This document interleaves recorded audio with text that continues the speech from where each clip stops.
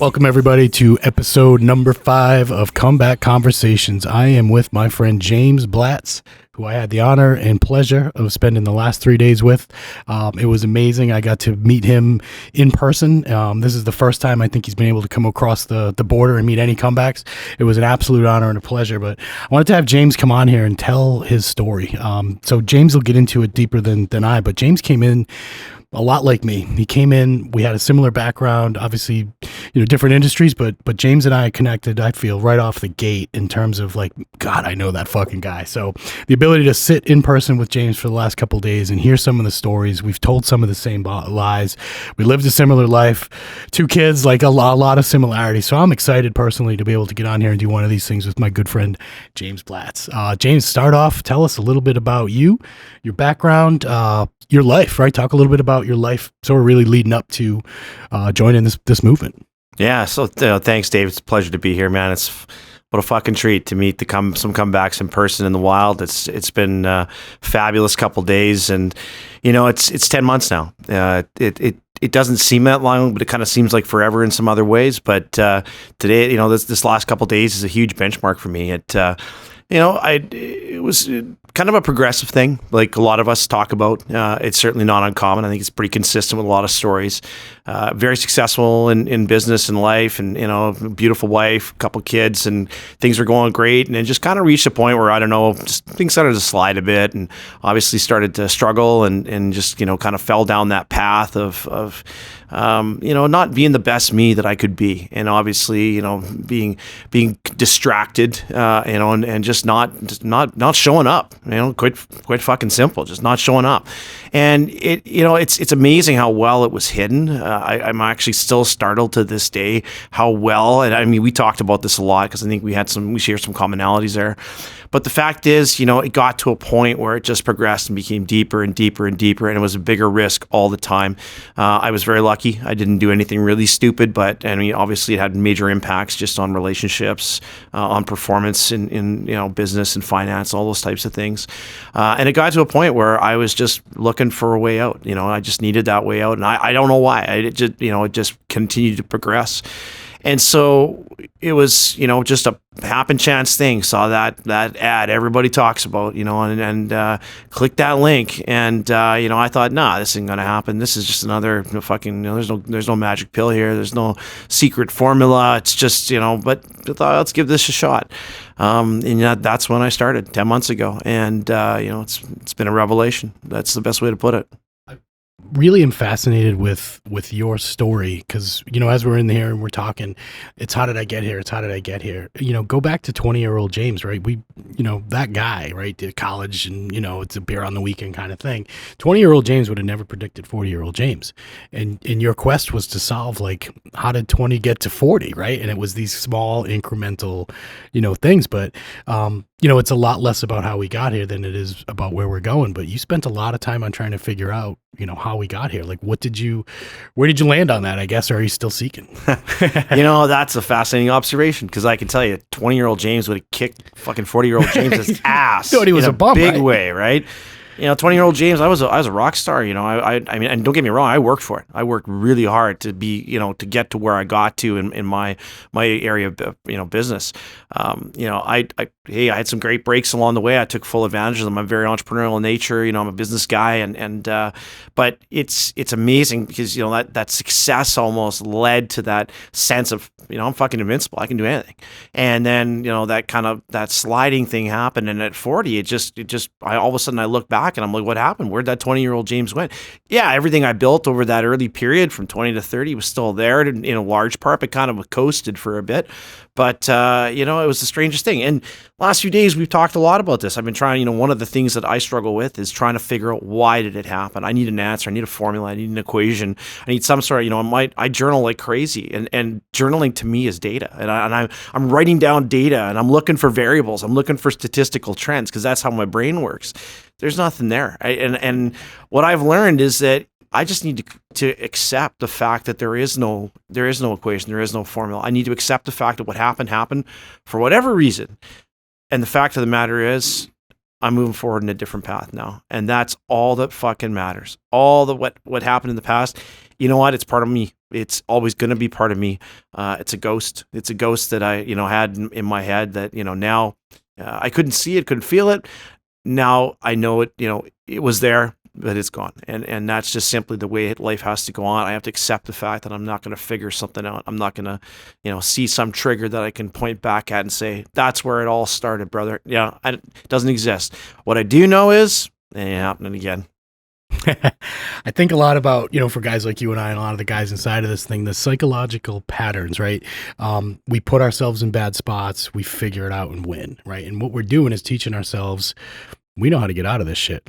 And so for what I did was I'd push it harder and I'd get out of it. I'd figure it out. I'd put myself in really increasingly dangerous scenarios, either business, physically, right, relationship, like increasingly dangerous scenarios to test myself in a weird fucking way.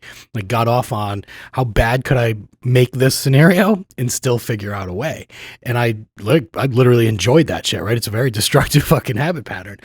For you were constantly reinforced with the success, with the win, with the 50% effort. Like you worked twice as hard to get everything that you have, right? And I did, and a lot of guys inside of this thing. What do you talk about like that mindset now that you can look back on it, right? You can see it, clearly, but in that moment, what were the stories that you're telling yourself when you're continuing to get away with it, right? Whatever it is in business or at the house. Yeah. It's a kind of a progressive thing. It starts off kind of small. You get away with a couple little things and all of a sudden it grows and it becomes more and more. And I as time went on, I continually shocked myself where I would wake up and I would be like, okay, that's it. You fucked up big time this time. Like you're not getting that job done. You screwed up that business opportunity. You're done. Like you're getting exposed. You're getting caught today. And yet I managed to figure out a way to get it done, to figure it out, to get through it. And it was remarkable that I got better and better. And before just before I started this, I mean, I was just, again, like absolutely blown away with what I managed to accomplish at half pace. But what's really, kind of sinister about that and kind of sad about it in reflection is the fact that, there's so much squandered opportunity there. And that's what I've noticed in the past 10 months, and certainly the most recently, the last few months, is that, I've gotten to be back to where I was when I was that 20-year-old with all that fire and all that passion. Like I am sharp again. I'm not to be reckoned with when it comes to, looking at business opportunities, things like that. Like I'm all in. So yes, it's amazing how you get caught up in that cycle, but breaking that cycle, I mean, it just feels like it's unbelievable. Kind of, mentioned the fear of exposure, but talk about that. And you don't have to share exactly what you do, inside of your line of work, but that constant fear of exposure, the waking up on defense, like what's it? I know what it's like personally, but for guys that are going to listen to this, talk about what it's like to walk around every day with this fear of, is this the day? Is this the moment? Is that the email that's going to come back and get me? Because I lived in that, it was a state of paralyzation, but talk about the fear of exposure that you walk around in the world. Yeah, well, I mean, again, it just draws from that doing stupid things, right, and being irresponsible and being a jackass, right? And I mean, you do things, and the next day you wake up and you realize, holy crap! Like I sent those emails, I said, I submitted that document or did whatever, right? And you're just waiting for that shoe to fall. You're just waiting for someone's going to figure this out, that this isn't 100%, right? That this isn't what they should be getting, and. Again, it's like you're living this nonstop stress and pressure, this monkey on your back that just never goes away because you're constantly waiting. The next turn around the corner, someone's gonna be like, "Okay, I figured you out. This is not working." Like it's enormous. And when you lie all the time too, like that's a big part of it, right? Because you have to conceal the fact that you're not giving that full effort, right? You have to conceal that you're making it just, basically cobbling it together at the last second at the 11th hour, right? Part of doing that when you create these lies is it's like this card house, and it gets more intricate and more tall and taller. And at any point in time, you got to be constantly thinking the effort required to tie it all together so that one card doesn't come out of place and the whole fucking thing collapses, right? It's an incredible amount of mental capacity required to do that. It's incredible. Like, it's a challenge. And maybe that's part of the problem. Maybe it's the game of being successful in that challenge. But it's again, like it's uplifting to walk away from all those lies, to walk away from lying. When you tell the truth, it's incredibly simple because there's nothing there to cobble together. It's just the truth, right? It is what it is. And it's absolutely freeing to be able to know every single moment of every single day. It's just the truth. And hey, sometimes the truth hurts. Sometimes, people don't want to hear the truth, but it doesn't matter if it is the truth. It's freeing. It is what it is. And we've all got to deal with it. We got to man up, step up to the plate, and deal with what's in front of us. But when you try to deal with things like that through this collection and this web of lies, you create a mental exhaustion in your own brain, and that obviously drives a physical element to it as well. It's devastating to a person's well-being. So that's where we were 10 months ago. Defense, hide, cover up. Don't get fucking found out today. So it is a life of defense. Now, cast that today.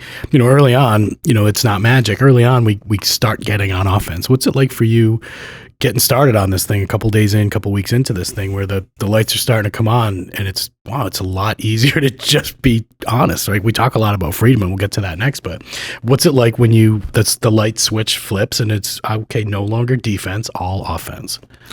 Yeah, I mean, well, there's still some defense left in the first little bit, right? There's some, but you got to, I mean, the key thing is getting down to the work and really recognizing that the truth will free those lies. And so you've got some work to do right out of the gates. It's not easy work, but you got to be honest with some folks about what's going on. You got to be honest about how you're dealing with it, and you got to be honest about the path forward.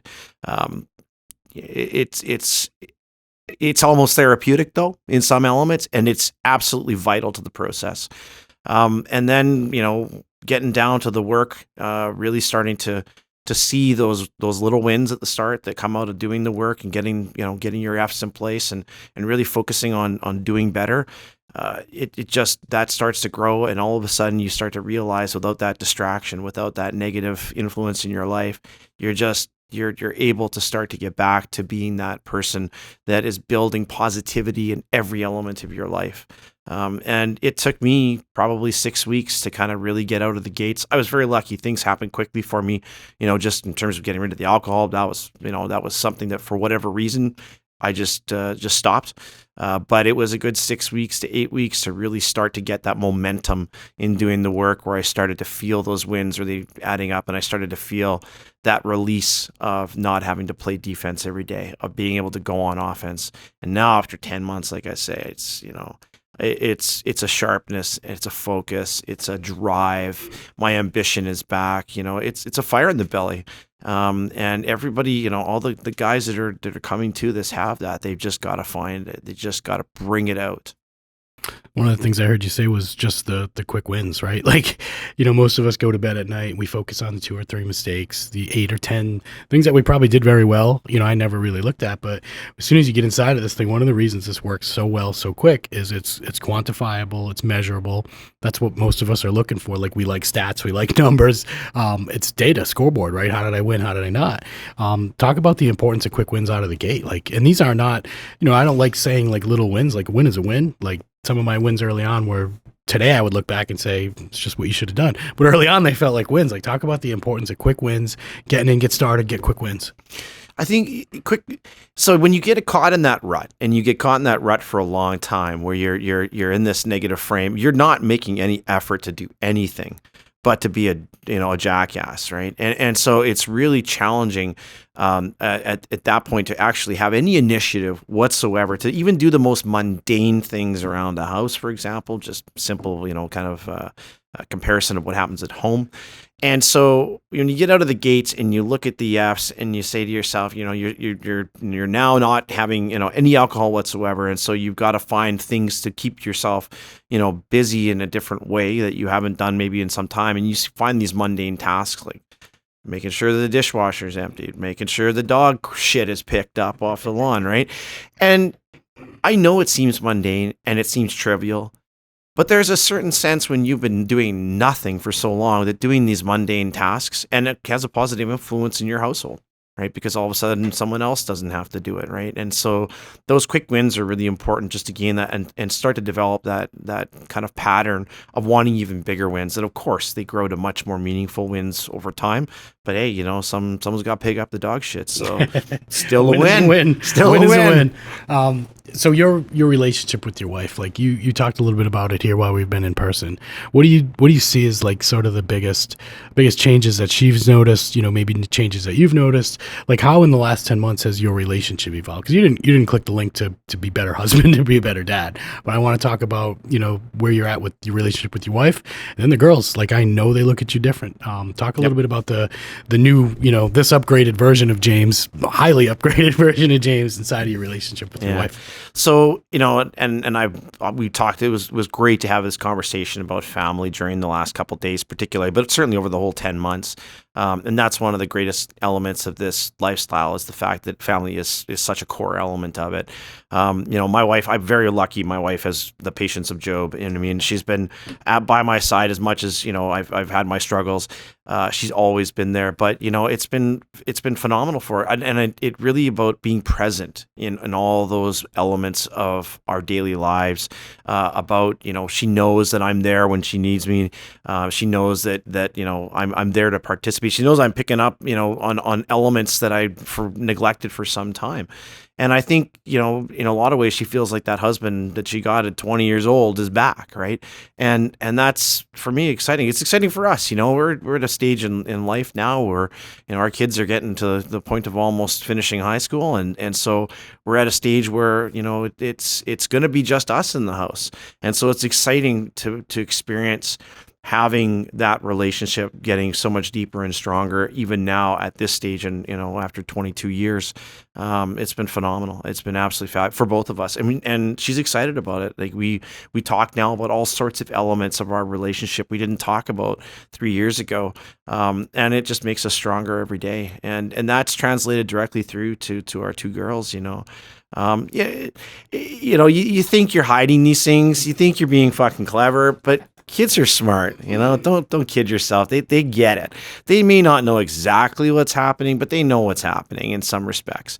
Certainly my eldest, I mean, she's nobody's fool. No 16-year-old is, they know what's going on.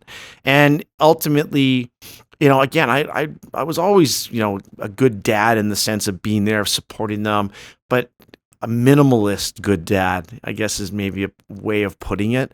Always doing what was necessary, but not going that extra mile that I know now I should have been, and that's what's really exciting now is like I'm going, maybe I'm annoying the shit out of them, I don't know, but going above and beyond, and this is your legacy, your children, and so it's exciting, and as much as I regret in some respects what was lost, I'm super excited about the fact that I've got some redemption ahead of me, and it's great to know that I can take the time moving forward to really bring to them a relationship level that we haven't seen, so I'm excited for them, and I think that thank goodness that we've had a relationship that we did have during the struggles that I had, but at the same time, I'm super pumped to go forward and make that even stronger. Minimalist dad, I think, is one of the best things I've ever heard. The best way I've ever put. We go to things, we're there. We're not completely absentee, most of us. I wasn't, but minimalist. What's the least amount that I can do to be a little bit better than a complete deadbeat, right? Like just a little bit better, a little bit more. Do you know the irony, though, is that even the minimalist dad, the kids love them unreservedly. But the biggest takeaway and the biggest fear I have of being a minimalist dad is not that they won't love me, because they'll love you no matter what you do. That's just one of the unfortunate elements of being a kid. You love your parents, right? But knowing that they aren't seeing what a real parent should look like. And having that opportunity now to teach them in a way that I know when they have families of their own, they're going to know what a real, parent should be doing. Not a minimalist parent, right? And that because they see it. We talk about that all the time, right? It doesn't matter what we say. They see what we do, and they pick that stuff up. When you think of it in terms of the daughter, you have two daughters, I have one. What we're doing is really creating the template of what it means to be a man that you want to be with, right? Like we're their first sort of love, their first example of what a man, should aspire to be. And when you go back and kind of look at the shitty example, like the minimalist dad, like would I want my daughter, would I want Sophie to have a minimalist husband? Like, well, of course not, right? And now that you get to sit back and you talk about legacy, you talk about future, like you're, in some ways, like creating the husband she's going to have, like by living the life that you live. And that's where, to me, it's super tied back to that legacy. Like what I do today, it ties to the generations. Yeah. Yeah. And I'll tell you, Dave, I see that 20-year-old James walk through the fucking door with one of my daughters, and you're going to see his shit from a mile away. Fucking right? Eyes on them. Give her. Because I will be exactly. I'll be able to spot that a mile away, and I'll be looking for it. But yeah, I mean that's a, it's a sinister element of these types of struggles, is that exactly that, that especially daughters could potentially foresee that's what a husband looks like. Right. And that's not good. I think of how much, and you just said it, like I would see this guy's shit from 100 miles away. My wife wouldn't, maybe she would, but she'd look away. My daughter would see it, but she'd say, oh, that's kind of just what this is my thing. Like I'm used to this thing. And I'd see this guy from 100 miles and say, this guy's a fucking liar, babe, stay away. He checks boxes, but he's not the guy that you want to be. It's beautiful. Yeah. You're on like, every single Monday, Wednesday, Friday call. You came into this thing, you hit the fucking gas, you went balls deep. And because of that, and you've shared so much, you've been so open. I remember the dog story. Dog story is hilarious because I got a similar one. But talk about the dog story. Talk about why you didn't have a dog and why you have one now. Oh, fucking dog always makes its way onto everything. God damn it. It's so yeah, and I told that story. That was about 3 months in, and my teenage daughter, my eldest daughter, always wanted a dog. Always wanted a dog. I hate dogs. I'm not a dog person, and so I absolutely. And my wife's not a dog person either, but she kind of likes dogs, but she just doesn't want to have one. Anyway, moral of the story is that with COVID and all that, she wasn't seeing her friends as much. Felt like a companion would be good for her. Because it was a fucked up time for all kids, especially teenagers. The last thing a teenager wants to do is be locked up in the house with their parents, right? Seriously. It's the time for them to be with their friends, move away from their parents. So anyway, Christmas time, I was doing the work and I sat down. I thought, you know what? Yeah, I don't want a dog. I absolutely do not want one, but it's important to my daughter. It really is important to her, and I think it would be good for her. I think it would make her life more full to have that companion that would follow her around, right? So I talked to my wife, and surprisingly, my wife was like, yeah, I was thinking the same thing. Shit. Really? So we ended up starting to look at dogs. When I told my daughter, she was over the moon. And, you always kind of question, are they really going to take care of it to the degree they say they will? Whatever. But you know what? We committed that if we're getting a dog, it's a family dog anyway. It's her dog in principle. But so we ended up going to the Humane Society in one of the small communities near us, and they'd had a whole litter rescue, picked up this dog. And the dog came home and pissed on the floor first night, shit on the floor. It's a dog, right? It's a dog's do. You know what, though? It's been probably 5 months now. That dog follows her everywhere. And I mean, her temperament, just her how she feels, like she loves that dog unreserved. And the dog loves her unreservedly. I posted a short story about her running. She was just doing exercise in the neighborhood. Friggin' stranger walked up to her. That dog was going to eat that stranger. And I was, I loved that dog for that, But it just the joy it's brought to our house. And I love that dog too. I really do. He's a shithead. But honestly, I really don't mind cleaning up after him because he's brought so much joy to our family. Our youngest loves the dog, although she wanted a cat. So of course, after the eldest got a dog, then we're all getting a cat. Did you get the cat yet? Yeah, we got the cat. We got a cat and a dog. Yeah. We had a cat before, so it wasn't a huge stretch. And this is what happens when you get out of your own fucking way, right? So I didn't want a dog for so long because it's going to be a headache. It's a pain in the ass. It's going to die at a certain point. I'm going to have to deal with it. It was always about me, not my wife who wants animals and my kids who've never had a dog. And I'll be the dude that deprives them of a dog because I don't feel like it, right? Like, and it was just so about me for so long. It's amazing to see how these smaller actions that you take create such a ripple. Like, your daughter now might grow up to be, both of them might grow up to be like dog people, right? They might own a fucking rescue or something because you got out of your own way. Like, I love to hear things like that. You talked about freedom earlier. We have no freedom, right? When we're lying all the time, we're hiding, we're creating all these, obstacles for us to jump over so we can say we did something for the day, and we're hiding. And what does freedom really mean to you? Yeah, that's a a question that, I ask myself a lot of times. I ask repeatedly what freedom is. I think freedom is to be able to walk through the world, walk through every part of your life in a daily basis and not feel like you're hiding from anything, including your own fears. And I've struggled with some fears that we worked on the last couple days. And it's been challenging for me to completely abandon a couple of them, just things that weigh on your mind. But to be free, I think, is to walk out there and every single action you have, every single interaction you have with other, humans, strangers, family, whatever, you're being your purely sincere, truthful, authentic self.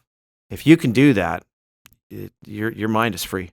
Right? There isn't one, you're not making stories up. You're not connecting the dots. You're not looking at that house of cards. You're not figuring out where it all falls apart, because it is what it is. Yeah, that's you. That's it. Your authentic self. I think if you can reach that point in your life, I think you're free. It's beautiful. A lot of us don't realize it, but what we click the link for is freedom. Really the freedom to choose to drink or not to drink, but the freedom to be authentic, the freedom to live how we want to be. A lot of it is freedom from, these fears, these stories that we tell ourselves. And we can understand a fear is generally a story, right? And we talked about it for a couple of days. It's something that we believe only up in here. It's not real. And when you can walk around authentic, like, it creates the power. And we spent days on power, authenticity, being who you want to be. Are you who you want to be? Yeah, I'm definitely who I want to be at this stage, but I there's a lot more that I have to offer. There's a lot more that I want to do, and I can start to see that clearly now. It's interesting. Obviously, clicking the link, there's no question. I mean, the first point of entry is always, I'm drinking too much. I need to stop this, right? But that's what's so remarkable about this lifestyle, is it's not about the drinking. And the incredible irony is, and I mean, when I look around, that's one of the greatest things about this lifestyle is all the men involved, a place where you as a man can speak to other men about feelings and about these challenges and about these struggles, which society, quite frankly, doesn't encourage for men, right? So to have that is so incredibly powerful. And you start to realize very quickly, it's not about the drinking is just a symptom. It's just a side effect. And once you strip that away, you really get to the core of what the comeback is, which is to become the best person you can be. And it takes work. It ain't fucking free. Like, you don't just pay the, and here you go. You got to work for it. But I have never seen a group of men more disproportionately successful men in a group that want to, not just are willing to, but want to help each other. It's incredibly powerful, hugely powerful.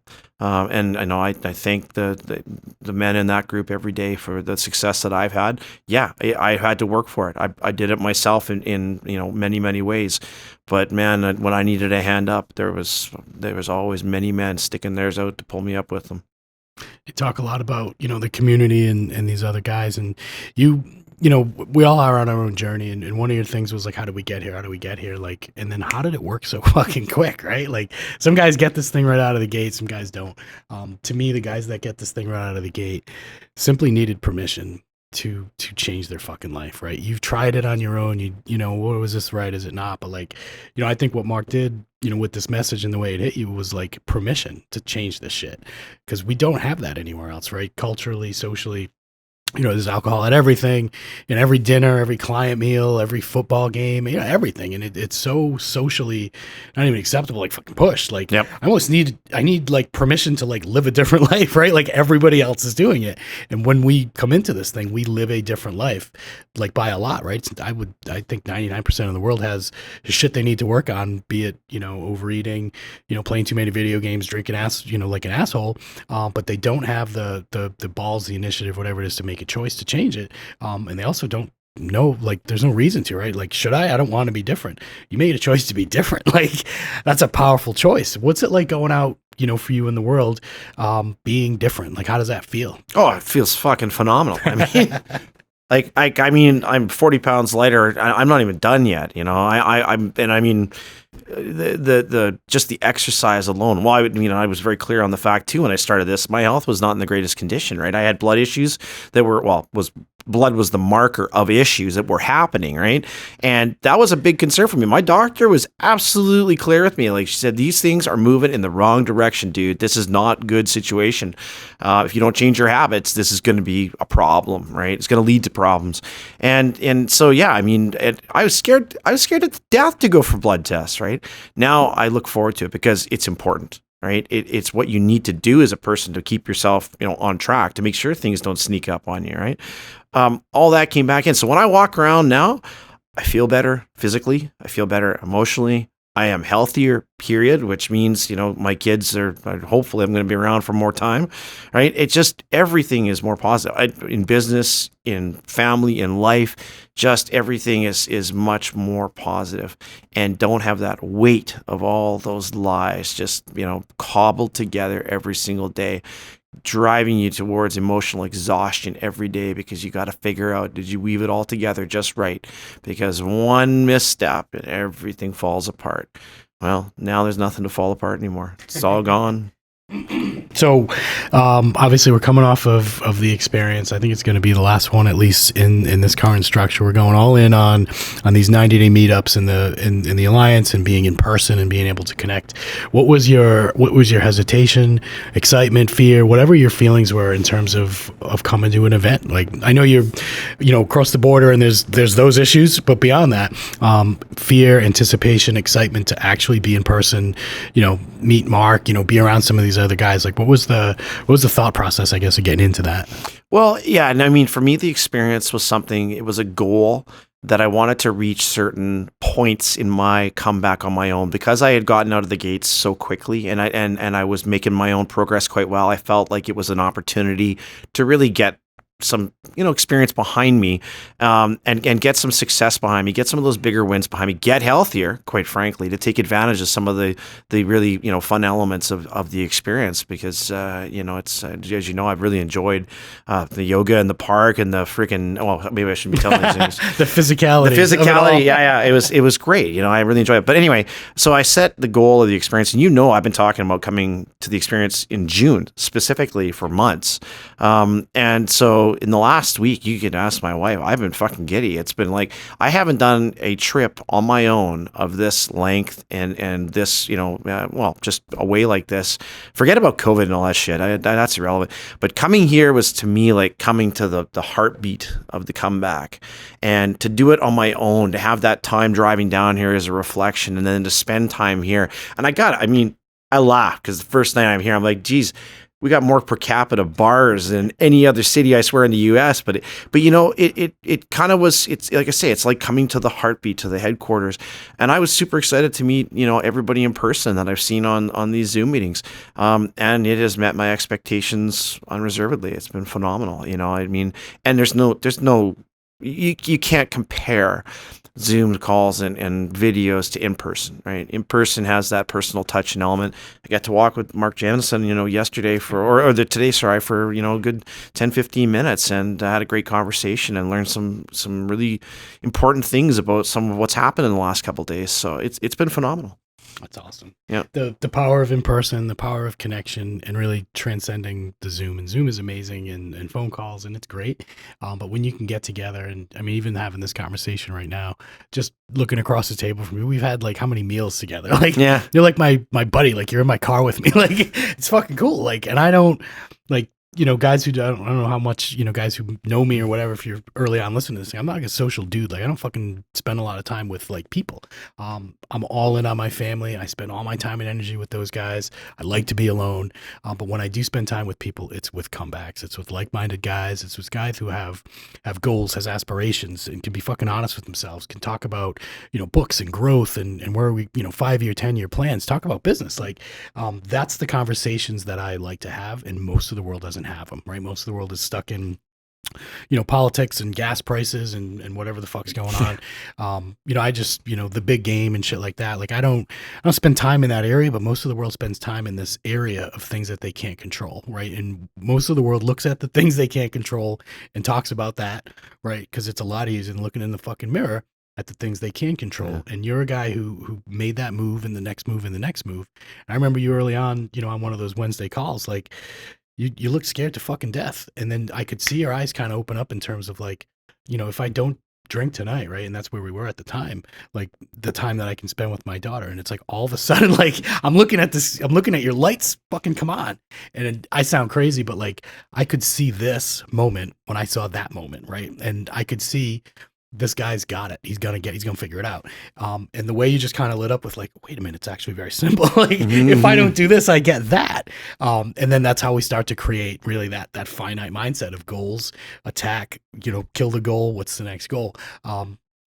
I couldn't be more proud of you and your journey, your path, your family. This excites me, like being able to sit here and do this in person. But what's next for you, man? You have goals, you have legacy, you talk future. You talk these massive business goals. What's next for you, brother? Well, next it's been a crazy 2 days of learning and growth and reflection. This experience has been amazing. It's everything that I hoped to accomplish and experience. No pun intended. The fact is, I'm going to take some time now to really reflect and to kind of absorb what I've learned. But yeah, I mean, I've got some big plans on with respect to family finance, the F's. I've got some goals I've already written down. Some of those will change. Some of those will be added to. But I'm living a life of positivity. I'm living a life of the core values, and all in doing so, all that's going to come are good things. Right? You live those core values, it's going to be good times. It's beautiful. If you put your time and attention inside of these 7 F's every day, you always win. Yep. Nothing's perfect. Perfect is a fucking idea that's cute. Perfect is not real, but progress is. And if you put your time and energy into it every day like you have, this is where you are in 10 months. And obviously, much sooner along than 10 months were you starting to figure this thing out. So, James, appreciate you getting here to Lake Geneva from North. Appreciate you getting at this table and being able to sit and talk with me, brother. I appreciate your journey. Thank you. It's been a pleasure, man. Thanks a lot, brother. Rock and roll. Giver.